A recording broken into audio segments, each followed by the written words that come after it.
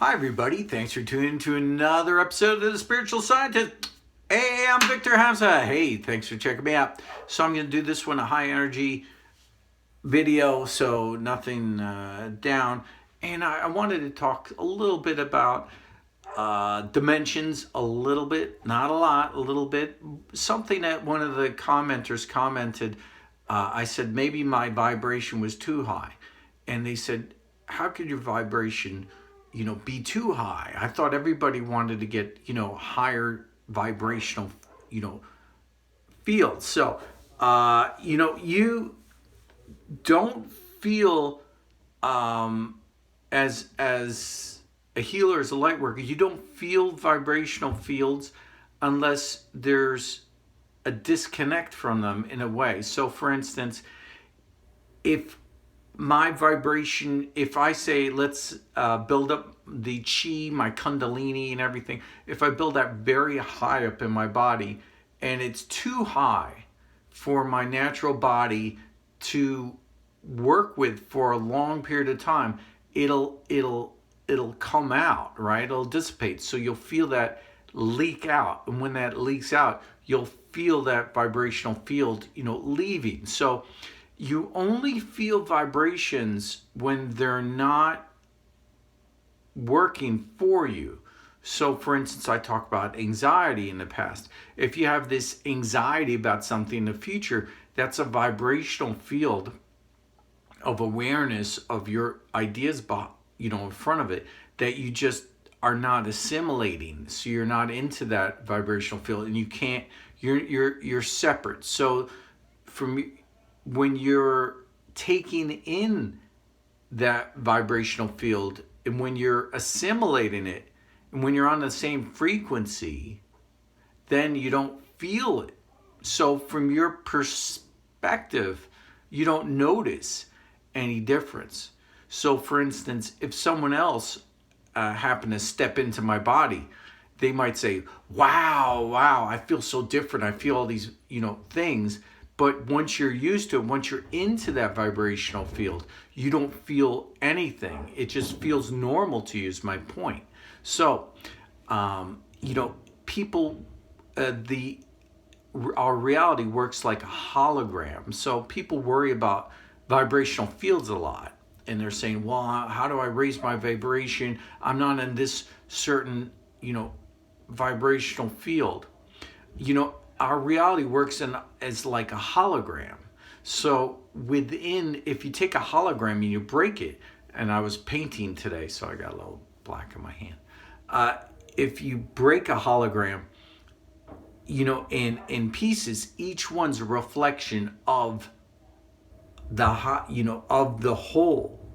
You see, so within each dimensional structure is a higher dimensional path. So you might see something like, for instance, a synchronicity, or you might see something like, you might just have this feeling about something, but you just don't understand it. That's because it came into your dimensional field, but you're not assimilating, you don't understand it because you're looking at it from your perspective, you see. So, for instance, there was Da Vinci's, I want to say it right, Veluvian Man, the man with all the different, three different arms going up. So, and I kept getting drawn into that. I kept getting drawn to it for like a week. I kept saying, I took pictures of it online. I started posting it, and it didn't. I just didn't get why I was doing that. There was a Mandela effect around it as well, I found out later. But it just didn't, I just couldn't figure it out. But now I'm hearing that the dimensions within, you have the forehead to the stomach to the hand length are certain, dimensions, and then of mathematics, and that correlates to the pyramid and everything else. So I'm like, oh, okay. So, you need the math behind it in a way to understand it. So once you understand the math, then it makes more sense, is what I'm trying to say. But you see things in a certain way and you're not another way. So all this is coming back to the beginning of worrying about that my vibrational frequency isn't, everybody is called to be spiritual, right? So but not everybody is like there can't everybody isn't the CEO of the company. There has to be some workers within the company.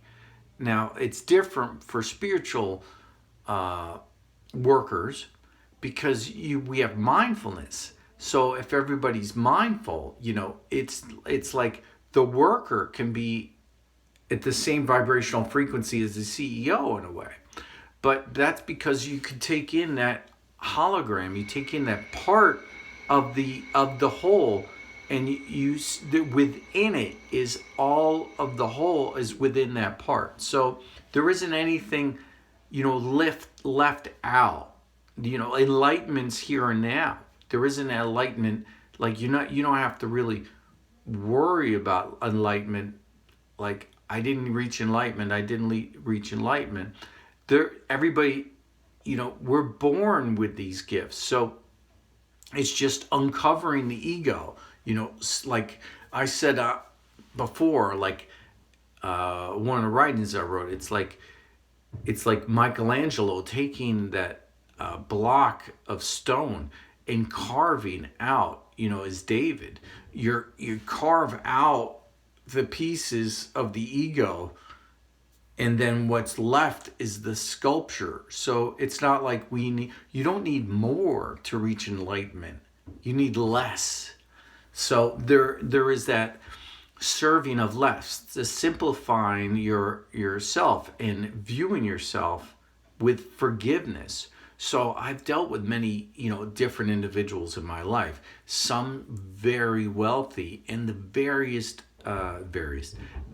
wealthy people a lot of times are not forgiving. They're not forgiving for a lot of things. They look at every minute thing thinking everybody's cheating them, and they are not forgiving. And they're miserable a lot of times, miserable because they are unforgiving, or their spouses unforgiving, or their husbands unforgiving, of their dog unforgiving.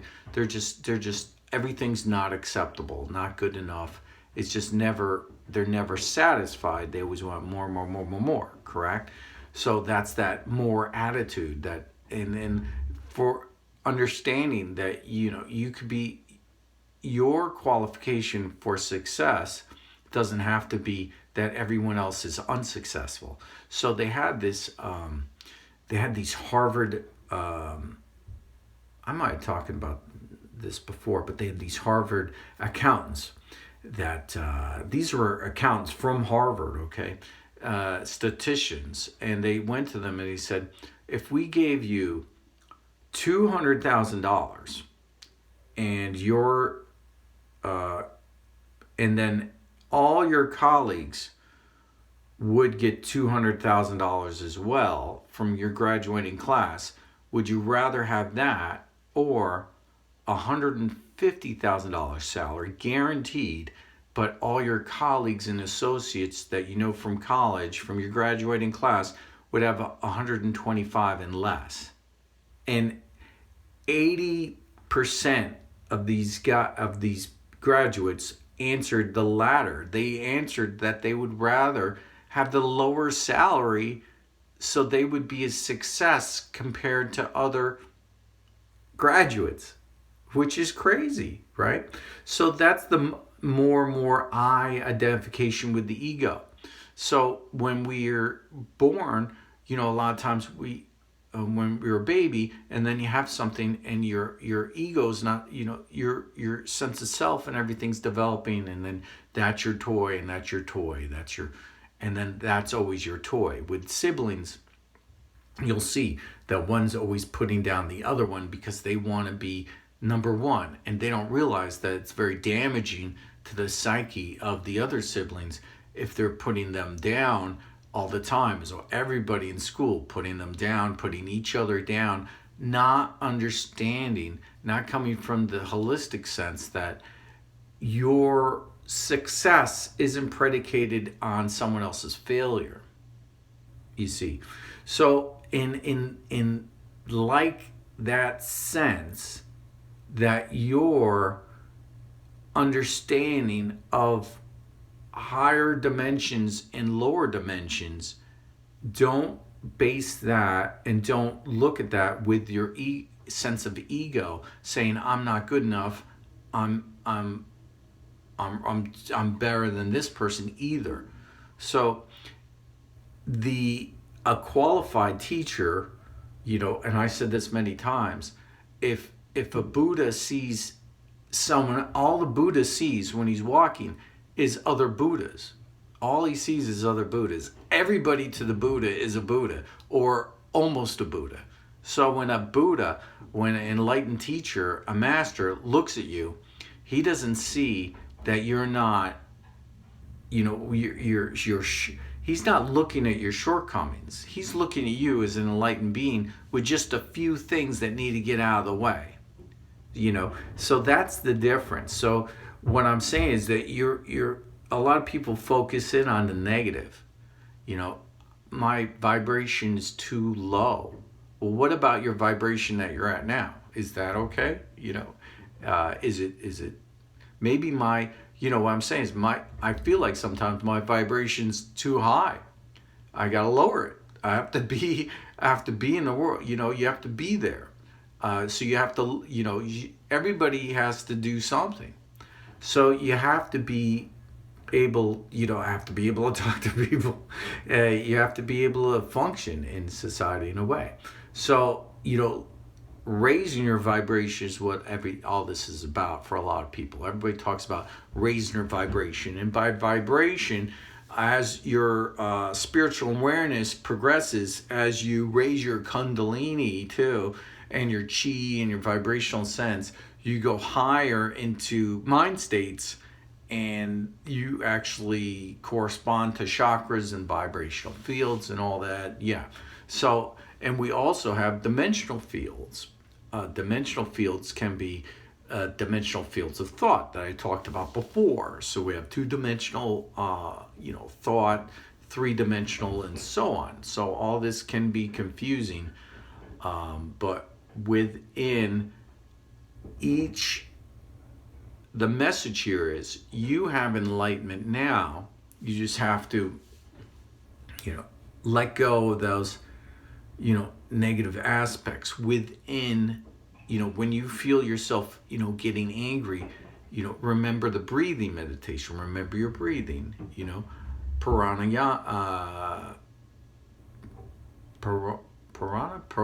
Pahamsa. Anyway, it's a karma yoga is what it is, basically karma yoga, and that within that you're always thinking, looking at other beings as if they're spiritual beings. So if you want to be in a spiritual world, look at everybody being like, more like the Buddha. What is the world teaching you today? And then you have a different perspective. So it's your perspective.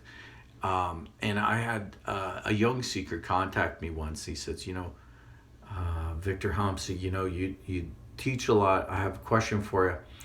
I'm at a house right now and I can't move out, and I just can't, it's hard for me to meditate, and it's just negative. My family's negative. Everybody is always, criticizing me, and I'm just in a negative place right now. But I can't leave. I just don't have the money, the time. A lot of people here are on lockdown. You can't leave. So let's look from that point of view. And I said back, imagine if you learn to meditate and get into this mind state in the situation you're in now. How much more powerful is it for you to do it in these adverse circumstances versus if you're at like a top of a mountain with all these, yoga teachers? Imagine that. And he was like, I didn't think of it that way.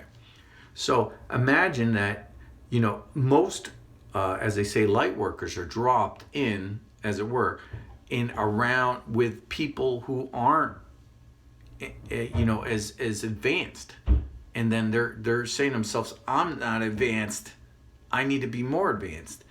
And I always said it's like it's for a reason. It's like, all everybody's separate. We're all separate. Everybody's, I have friends in, California, Colorado, and Australia, and everybody's watching my channel, commenting in different ways.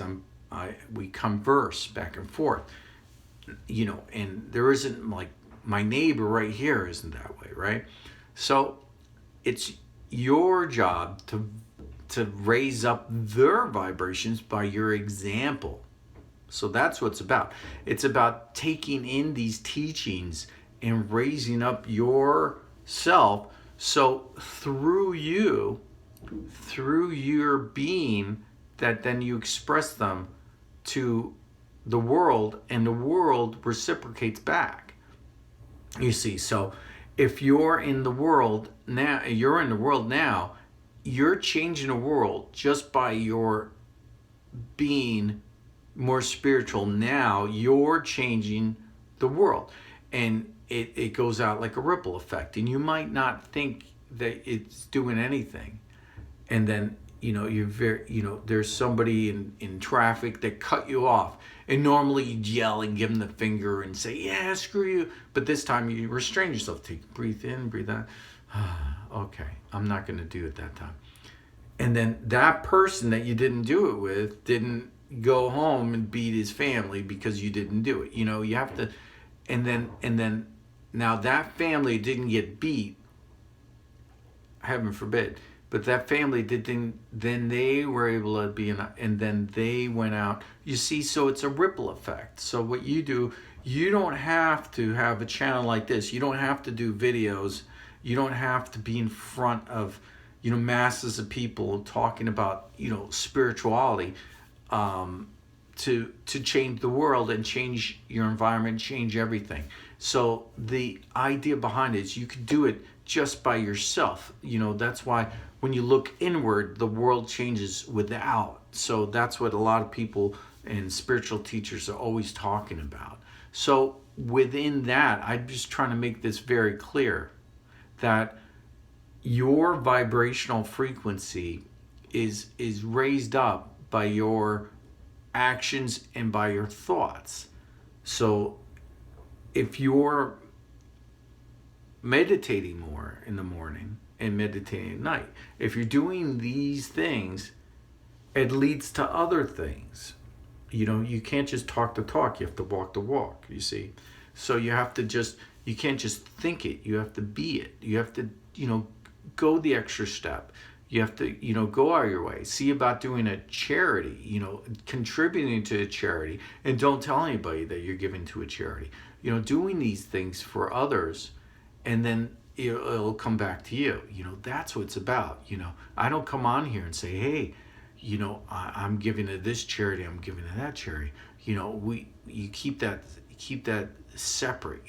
If you're fasting, you don't say, hey, I'm fasting, look at me, I'm so spiritual. Keep that inside. And God sees these things. That's in the Bible. God sees these things. He knows. So what does that mean? That means it's going on a deeper level. So being that you're not going out there and saying into a three-dimensional field, I'm doing this, I'm so spiritual, I meditate in the morning, I'm doing this. It's different than if you're out and then, people say, you know what?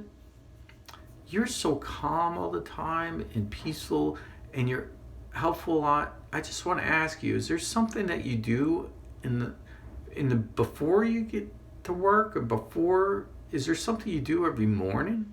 And then you say, well, I do pray and meditate every, in the morning. I knew it, they'll say. And then you go, oh,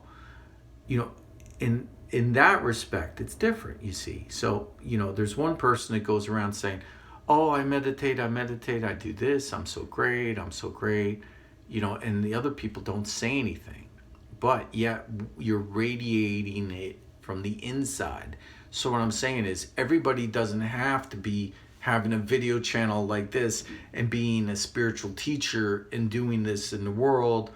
I'm doing it trying to help, but what you don't have to. You could just do it, from your own home. Now you might not think you're doing anything, and then the one person you interact with, maybe online, is taking that helpful thing that you said, instead of saying something horrible about something, and it changed their little bit perspective, and then they change somebody else, and again, it's a ripple effect. So just wanted to talk about that, and dimensional vibrations.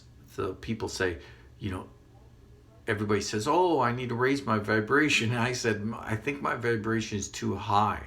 And they're like, what? I don't understand. How could your vibration be too high? If I'm not able to talk and do a video and just to talk to people, and I'm off on this high vibrational frequency, then that's not good. So for teaching purposes, so maybe I have to lower it a little bit. Other people have to raise it a little bit. Maybe I have to raise mine a little bit. It's all, but what I'm trying to drive at really is where you're at now is you're at the right vibrational field now. You're there. You're already there. You just have to uncover the ego, and then with mindfulness and being mindful of the present moment. So being aware of every action, every step you take, that's really helpful. And then when you're more mindful of the present moment, then you can start to transcend it. So put all of your being in every action that you do. And then all of a sudden, you realize that when you're looking at the past, here you are in the present moment, and you're looking at the past, or you're looking at the future, but you're not in the moment. So when you go forward through time, and you have those snapshots, and all those snapshots of your life, were you thinking about the future, or you're thinking about the past? But in that snapshot, that moment, you weren't thinking about the moment. You weren't alive in that moment. You weren't only alive thinking about the future or the past. So your awareness is spread out over time. You're not focused in on the moment. So a lot of times when I'm driving, I'll be gripping the wheel and just remember to be present. And all of a sudden you see, all of a sudden it's like, boom, the trees are beautiful and the car is beautiful, and I can hear the wind going by, and maybe the music on the radio is beautiful and everything. And you're like, I'm alive in this present moment. I'm alive in the world. I'm alive now. It's like mind-blowing. So when you get to that mind-blowing now moment, and then you continue to take that mind-blowing now moment and go another step, and then do it again and again. That's the trick. And when you do that all the time, then you're actually alive and you're awake when most people are asleep. So for instance, I would go out and talk, and I sat down, and here's someone who's a theoretical physicist, and we have a conversation, and we start talking, but I'm present in the moment, which is different than the person I'm speaking with, who is all over the place, but he has all this information, right? So we're talking, but yet I'm present, and then he's all over the place, but yet together, he's like fascinated with me. He's like, I understand, how, he's trying to figure me out. So he's like, how come everything I'm saying you understand completely? I always have these people and I'm like, well, because I'm 100% focused on the now moment of what you're saying and taking in everything. And it's different. So it's a different way to interact and perceive and be alive. So that's what it's about. And when you get to the now moment, then you're there. So that's the highest perspective that we're talking about. It's 25 minutes. I talked long enough, didn't I? Thank you so much for tuning in. Like, subscribe, share. Love you guys. Thank you so much. Namaste. Bye-bye.